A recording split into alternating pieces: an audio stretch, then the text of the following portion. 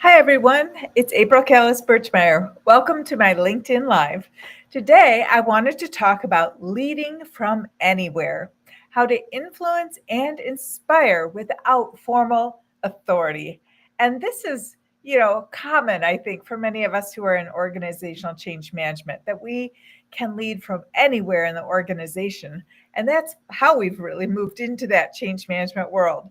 So I'm April Callis-Birchmeier. I'm a certified change management professional and project management professional. I'm also now a master certified change professional, and I teach Ready, Set, Change, accelerated training and exam prep, as well as talk with other companies, do a lot of consulting, and I speak at conferences and events. So I'm excited to be here to talk with you today about how to lead from anywhere.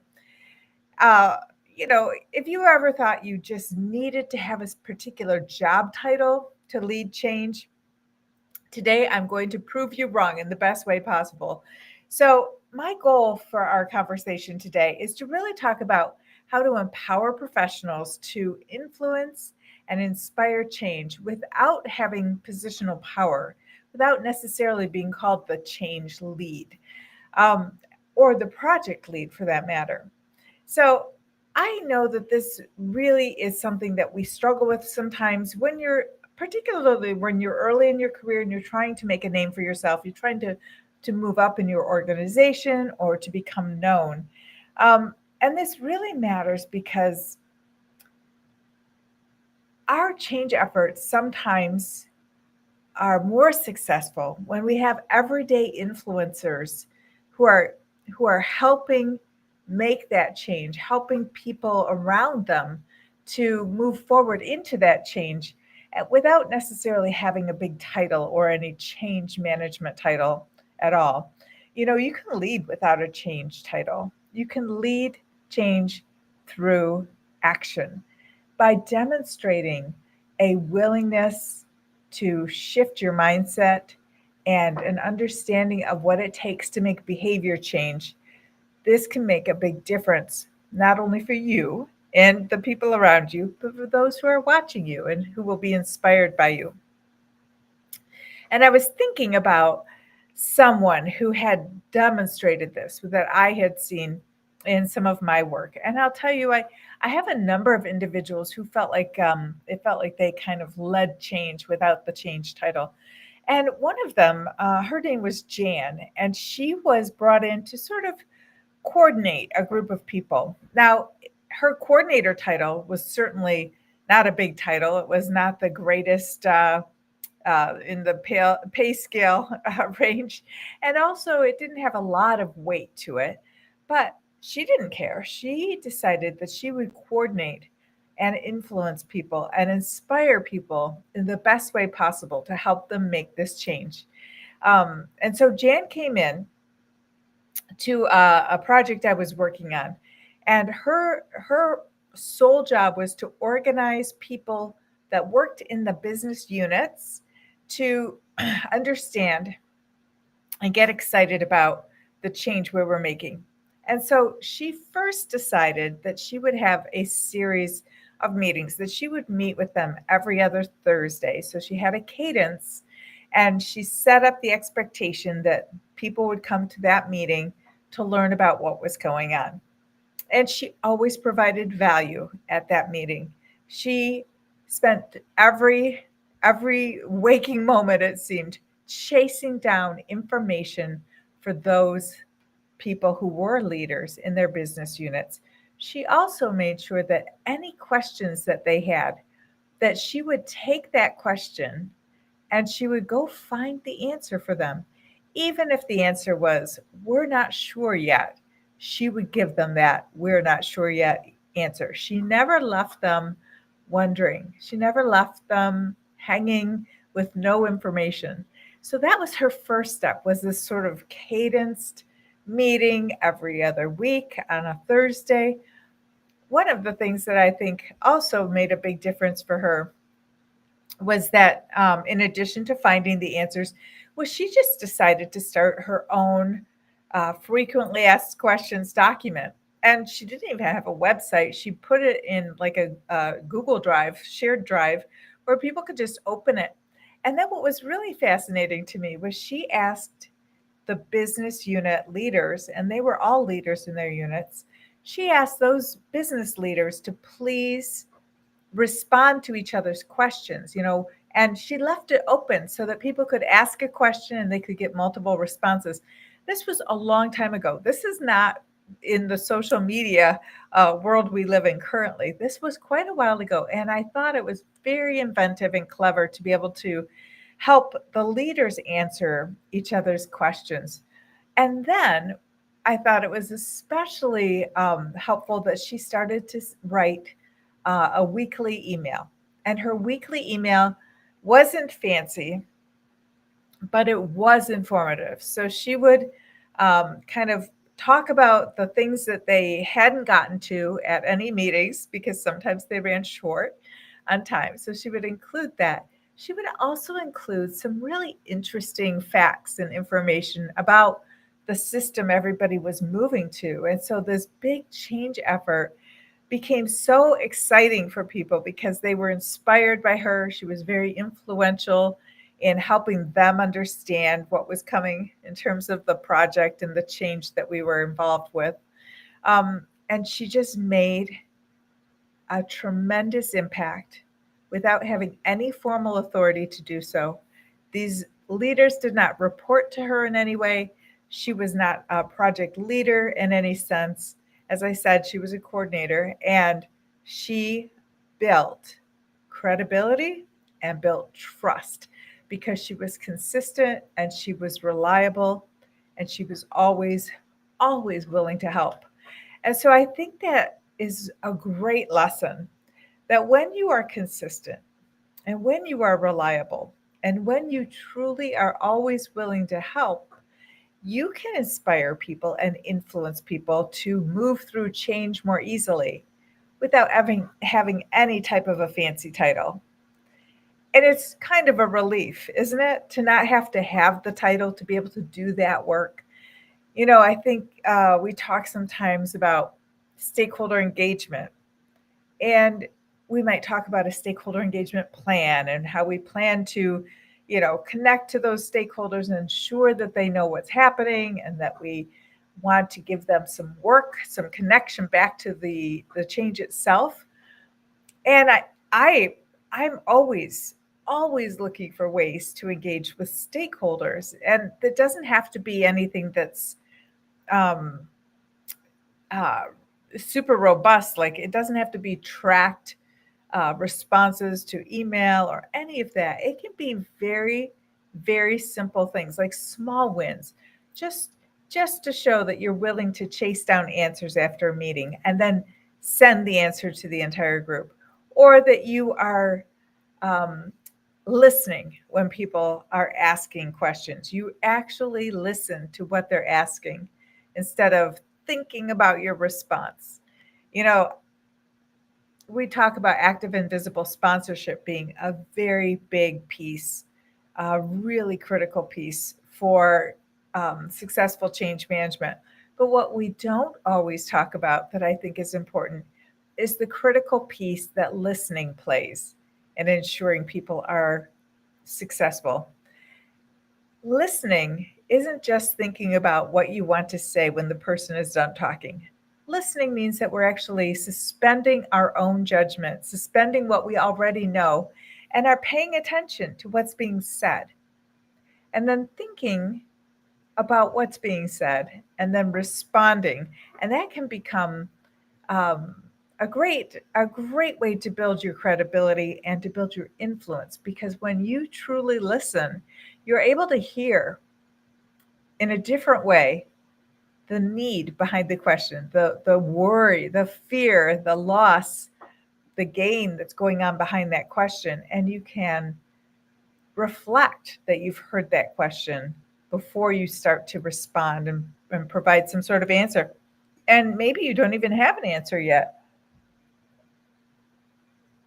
So I think as you start to practice skills like this, great listening, I like appreciative inquiry, ensuring that we are communicating through all the channels that we can think of, um, and ensuring that we're staying close to our stakeholders so that we're engaging them at a level that they don't normally have that engagement at.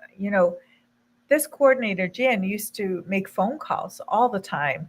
Every day, she'd make 6 or 7 phone calls to different business unit leaders just to ensure that they were feeling comfortable, that they didn't have any questions. Because sometimes the people who don't ask questions are those who are feeling the most unsure of things, but they just don't want to say it out loud.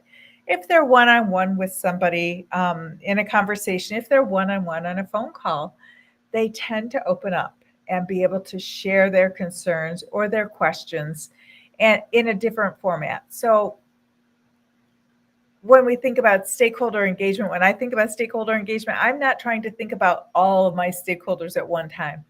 I want to keep focused on that stakeholder and that stakeholder and that stakeholder. I want to think of them as individuals and hear individual responses to my phone calls and my questions. I learned a lot from Jan. I thought she did such a great job of staying connected um, to her business unit folks because they relied on her for finding information for them. They didn't have any other way into the project to see in the project, and so she made a great job of she did a great job of staying in touch with them and really focusing on what they needed. So being credible, starting small, and then really practicing with your listening skills and then asking thoughtful questions to build influence, not just asking thoughtful questions to build influence, but asking thoughtful questions to learn.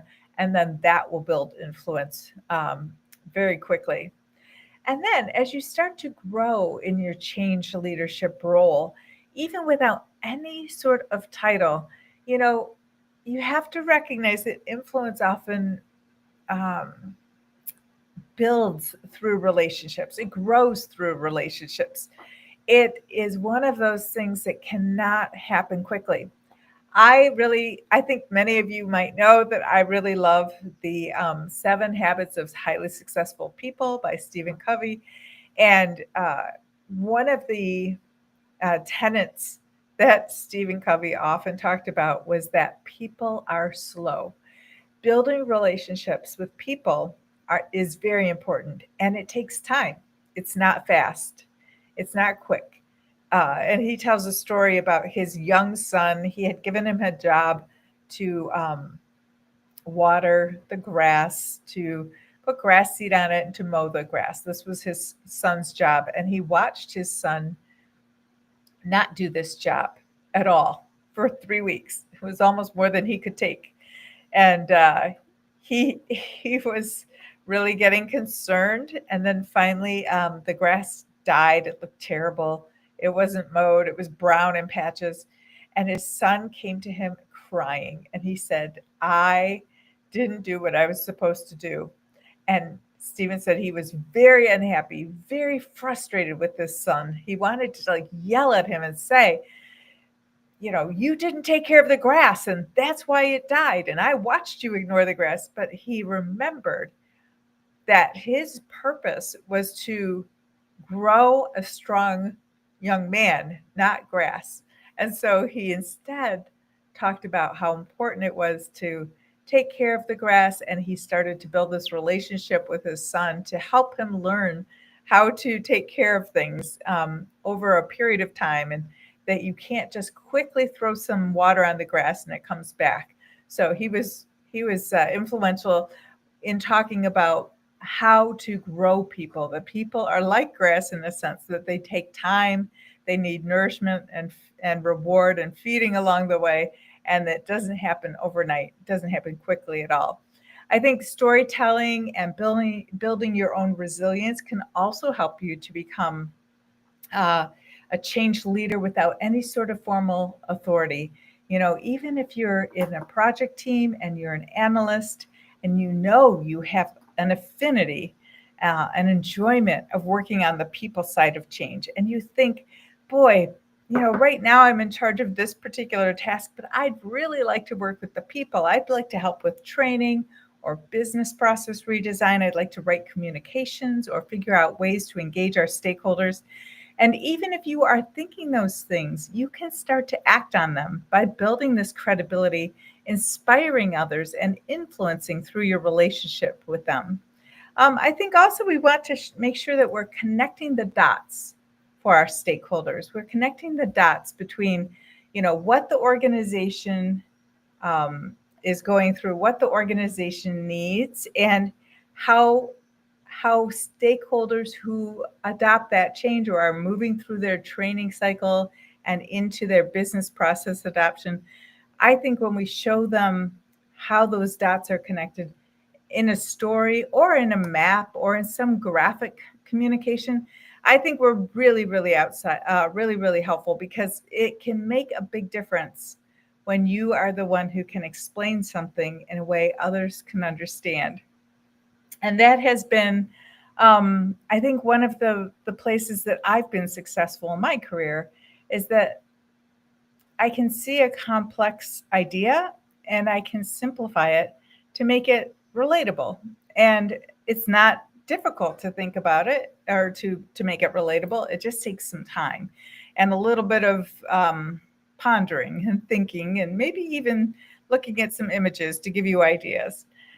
Even if you're on the outside, if there's a change team, perhaps maybe there's a change management lead or a change team in place, and you're not on that change team, you can still lead change without that authority, without that title, without even being on that team.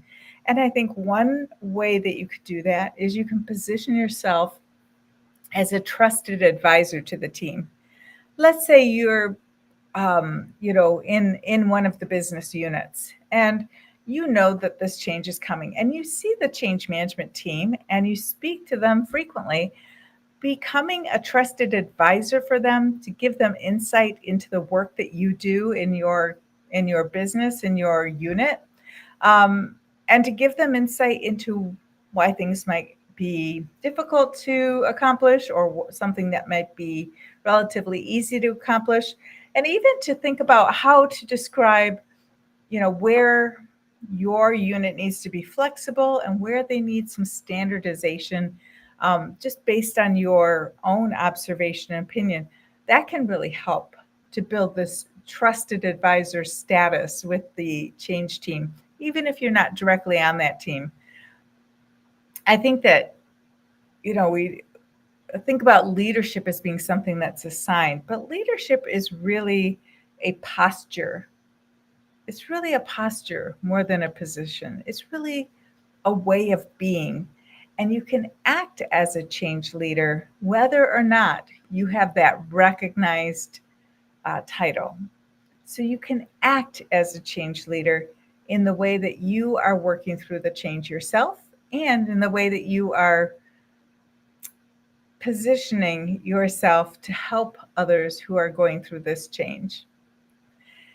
So, in many cases, though, we are implementing projects without a formal change management group, right? Many times I'll hear somebody saying that their organization doesn't even really recognize or understand what change management is. And I think that's okay, as long as you are sort of figuring out your own framework as you help people achieve results, and you can think of change activities that need to be accomplished, and discover ways that you could maybe make that simpler for people. That's a great way to kind of leverage your insight knowledge and the fact that you are an insider to your organization, to show that you can lead change effectively, even if there's no formal change management. Or if there's already a process and there's already a team in place and you're not a part of it, you can still support it and amplify it. You can talk about it. You can encourage others to get on board and be interested. You can be an ally to the change team if there's a formal change team and you're not a part of that. And you can also contribute by offering to, distribute communication through whatever tools that you have at your availability, that you have accessible, such as, like, I think about departmental newsletters. Usually everybody has some sort of departmental news tool that they use, like, a monthly basis, or maybe twice a month they'll send something out to let people know what's going on. And you can write articles, and you can put together thoughts, and even just copy updates right from the project and share them in that way, in that newsletter, or as an email going out to others. You can contribute in a lot of ways. Stakeholder engagement is another way to contribute to change without any formal change authority. Just ensuring that people in your business unit are aware, and up to date, and they know what's going on in terms of this new program, a new system, or actually some new corporate structure, if that's going on in your workplace as well. I think there's many opportunities to celebrate wins, to connect with each other, to build those relationships, and to really start to step into your own leadership role as a change leader, just by doing the work, whether or not you have the formal title. I have to tell you, when I was young, I was in high school. I wanted to be a cheerleader in the worst way. It was my dream. I wanted to be a cheerleader. I wanted to be a cheerleader for the football team, and I wanted to wear the cheerleading outfit. I wanted to have the pom poms, the whole works. I just could not get over this idea that this was what I wanted to be. And it had really started when my dad started taking me to football games when I was about 5 years old. And I would watch the cheerleaders most of the game. And I just thought that looked like so much fun. Well, when I was a freshman in high school, I auditioned for the cheerleading team, and I did not get chosen. I wasn't picked. And in fact, I tried out for the Wrestlerettes, which was the wrestling cheerleading team, because I couldn't get on the football team. And I didn't even make it into the wrestling cheerleading team. I was really upset. And so then I thought about it, and I just decided I really wanted to be a cheerleader. I had to be a cheerleader. And so I just started to watch others who were cheerleaders. One of my friends was a cheerleader. I started hanging out exclusively with the cheerleaders. I went everywhere that they went. I went to all of the games. I went on their bus, and I watched and listened and started to adopt all of the behaviors that those cheerleaders were doing. And then when I was a sophomore, I was still sad because, I hadn't made it into the wrestlerette cheerleading. I tried out as a freshman to be a sophomore cheerleader. I was not a JV cheerleader. I did not make it. I didn't make it on the pom pom team. I was very discouraged and very sad, but I kept watching and paying attention to those cheerleaders, hanging out with them. Finally, I was a junior in high school, going into my junior year, and I tried out for the cheerleading team, and I made it. I made it as a varsity cheerleader, having never been a cheerleader before, and I really enjoyed it. I loved it. It was exactly what I wanted. And I felt like I had spent a lot of time looking at what it was that I wanted and learning how to be like that thing that I wanted. And that's what got me to where I wanted to go. Now, I have to say, I was also very happy in the theater department. Used to do a lot of the school plays. And my cheerleading coach told me I had to choose between cheerleading and theater for my senior year. And I chose theater. So I was only a cheerleader for 1 year. But I loved it, and I found it amazing that if you watched something closely enough, you could figure it out and try to sort of imitate what it was you were seeing. And for me, it led to success of one of my dreams and goals. So, think about, just to wrap up our conversation today, you can definitely lead change without a title. You can absolutely start small, and then really build your credibility, build your relationships, and grow your influence with that relationships and storytelling, and then step into the position of leadership, of change leadership. when that is available to you. But sometimes you have to wait and learn and grow and start to really understand where you can help people to adopt this change before you're able to move into that formal authority and be formally recognized, get to wear the formal uniform and carry a pom pom. That was exciting for me. So I think of trying to step into the leadership, the posture of leadership. You don't have the formal authority. There may not even be a change management team, but stepping into that posture of leadership will really help you to help others. And that is noticed, that is seen, and that is the place where people really start to rely on you, and you can make a big difference without any formal authority at all, without any title.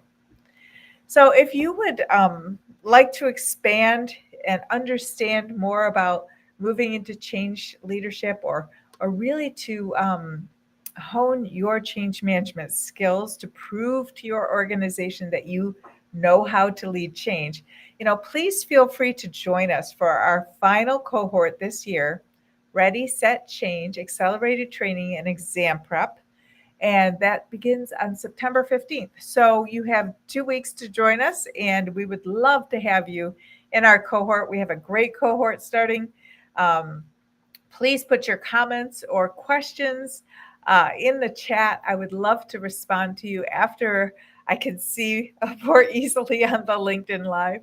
And thank you. Thank you so much for joining me today, because, change does not care about your title.